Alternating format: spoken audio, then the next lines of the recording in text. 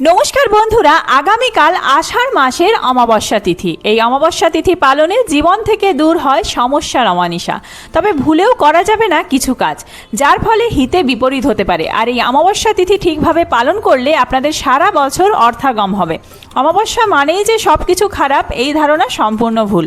পূর্ণিমার মতোই অমাবস্যার সঙ্গেও আধ্যাত্মিক গুণের সম্পর্ক রয়েছে। কোনো কোনো অমাবস্যা তিথিতে মা কালীকে বিশেষ একটি রূপে পুজো করা হয়। অমাবস্যাকে নতুন চান্দ্রমাসের সূচনা বলেও মনে করা হয়।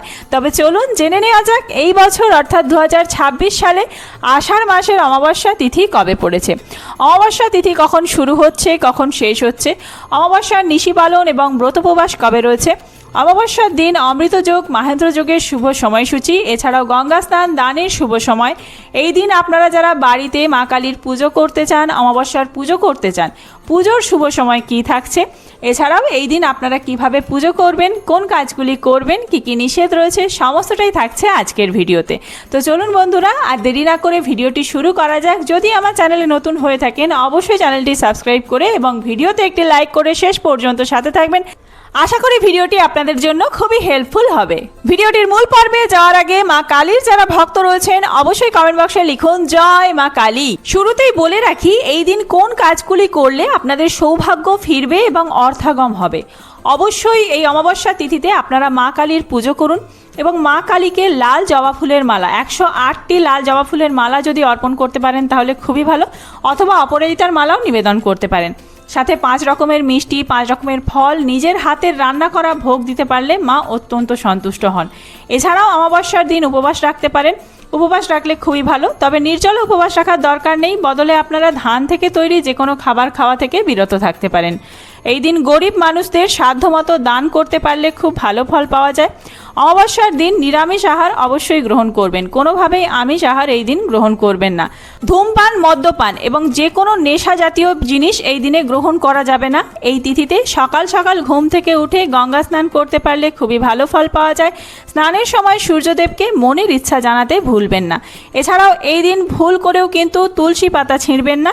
অমাবস্যা তিথিতে দেরি করে ঘুম থেকে ওঠা মনের ওপর নেতিবাচক প্রভাব বৃদ্ধি পায়, তাই আপনারা সকাল সকাল ঘুম থেকে উঠবেন।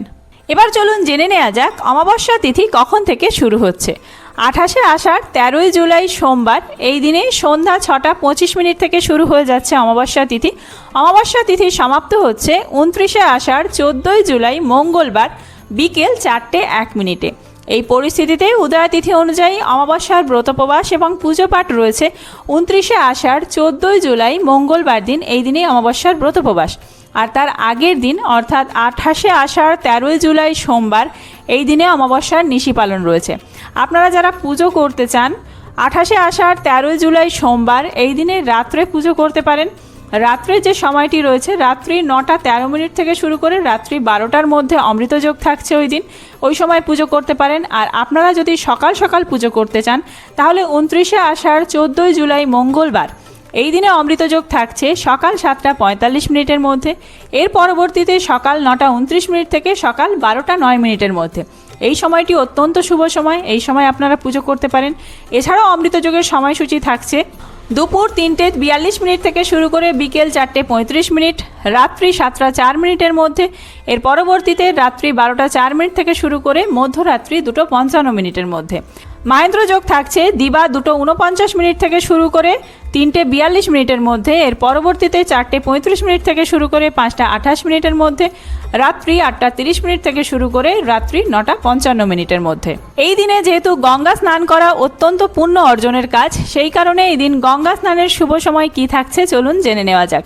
সূর্যোদয় হচ্ছে ভোর 5টা 4 মিনিটে। এই সময় থেকে শুরু করে সকাল 6টা 45 মিনিটের মধ্যে আপনারা গঙ্গা স্নান করতে পারেন। বাড়িতে এই দিন মা কালীর পুজো অত্যন্ত নিষ্ঠা ও ভক্তি সহকারে করা উচিত। গৃহস্থ বাড়িতে সাধারণত মায়ের শান্ত রূপের পুজো করা হয়, দক্ষিণা কালী রূপের আরাধনা করা হয়। পুজোর দিন সকালে স্নান সেরে পরিষ্কার লাল বা গেরুয়া রঙের বস্ত্র পরিধান করতে পারলে ভালো। বাড়ির ঈশান কোণ বা পূর্ব দিকে লাল আসন পেতে মা কালীর ছবি বা মূর্তি স্থাপন করতে হবে। প্রথমে আগে ঠাকুরঘর পরিষ্কার করে নিয়ে তারপরে কিন্তু ঠাকুরের মূর্তি স্থাপন করবেন। প্রয়োজনীয় সামগ্রী যেগুলি লাগবে: ঘট, শশীষ ডাব, আম্রপল্লব, গঙ্গাজল, চন্দন, সিঁদুর, ধূপ আর প্রদীপ। ঘি বা সর্ষের তেলের প্রদীপ জ্বালাবেন। মায়ের প্রিয় ফুল কিন্তু লাল জবা ফুল, অন্তত 108টি লাল জবা বা লাল জবা ফুলের মালা রাখবেন, আর অপরাজিতা ফুল অথবা অপরাজিতা ফুলের মালাও রাখতে পারেন। নৈবেদ্য হিসেবে ফল, মিষ্টি, লুচি, পায়েস, খিচুড়ি ভোগ ইত্যাদি অর্পণ করতে পারেন। অনেকে নিরামিষ ভোগ দেন, তবে এই দিনে কিন্তু আপনাদেরকে প্রত্যেককেই নিজের হাতে তৈরি করে মাকে ভোগ অর্পণ করতে পারলে খুবই ভালো হয়। এবার আসা যাক পুজো পদ্ধতিতে। প্রথমেই পূর্ব বা উত্তর পূর্ব দিকে মুখ করে আসন পেতে বসুন। প্রথমে আপনারা কি করবেন, আচমন করে নিজেকে শুদ্ধ করে নেবেন। তারপরে হাতে ফুল ও আতপ চাল নিয়ে নিজের নাম ও গোত্র উচ্চারণ করে পুজোর সংকল্প করুন। পুজোর শুরুতেই কিন্তু গণেশ বাবার পুজো করতে হবে, কারণ আমরা প্রত্যেকেই জানি হিন্দু শাস্ত্র অনুযায়ী যে কোনো পুজোর শুরুতে বিঘ্ননাশক গণেশের পুজো করতে হয়। ওং গাং গণপতায় নমঃ এই মন্ত্র জপ করে গণেশকে ফুল এবং নৈবেদ্য নিবেদন করুন। মায়ের আরাধনা এবার শুরু হবে। এবার ভক্তি ভরে মা কালীর ধ্যান করুন। ধ্যানের জন্য পাঠ করতে হবে ওং সবারূঢ়ং মহাভীমাং জয় মা কালী বলে মায়ের চরণে লাল জবা ফুল, সিঁদুর এবং চন্দন অর্পণ করুন। অর্থাৎ জবা ফুলে আপনারা সিঁদুর আর চন্দন লাগিয়ে অর্পণ করতে পারেন। জবা ফুলের সাথে একটি বেলপাতাও অর্পণ করবেন। হাতে আবার একটি জবা ফুল এবং বেলপাতা নেবেন চন্দন সহযোগে, এবং সবচেয়ে সহজ ও শক্তিশালী বীজ মন্ত্র জপ করবেন 108 বার। ওং ক্রিং কল্লই নমঃ এই মন্ত্রটি 108 বার জপ করতে হবে। সবশেষে ধূপ এবং প্রদীপ জ্বালিয়ে মায়ের আরতি করুন। এরপর ফল, মিষ্টি ও নৈবেদ্য অন্যান্য ভোগ নিবেদন করুন। পুজোর শেষে ভুল ত্রুটির জন্য মায়ের কাছে ক্ষমা প্রার্থনা করুন এবং নিজের মনস্কামনা জানান। তো বন্ধুরা, আজকের ভিডিওটি এই পর্যন্তই। আশা করি ভিডিওটি আপনাদের কাছে খুবই হেল্পফুল হয়েছে। যদি কোনো প্রশ্ন থাকে কমেন্টে জানাতে পারেন, আমি সেই প্রশ্নের উত্তর দেব। খুব তাড়াতাড়ি নতুন কোনো ভিডিও নিয়ে আসছি। সেই সমস্ত ভিডিও দেখার জন্য অবশ্যই চ্যানেলটি সাবস্ক্রাইব করে সাথে থাকবেন। আর এই ভিডিওটি যদি হেল্পফুল হয়ে থাকে বন্ধুদের মধ্যে অনেক অনেক বেশি শেয়ার করবেন। ধন্যবাদ।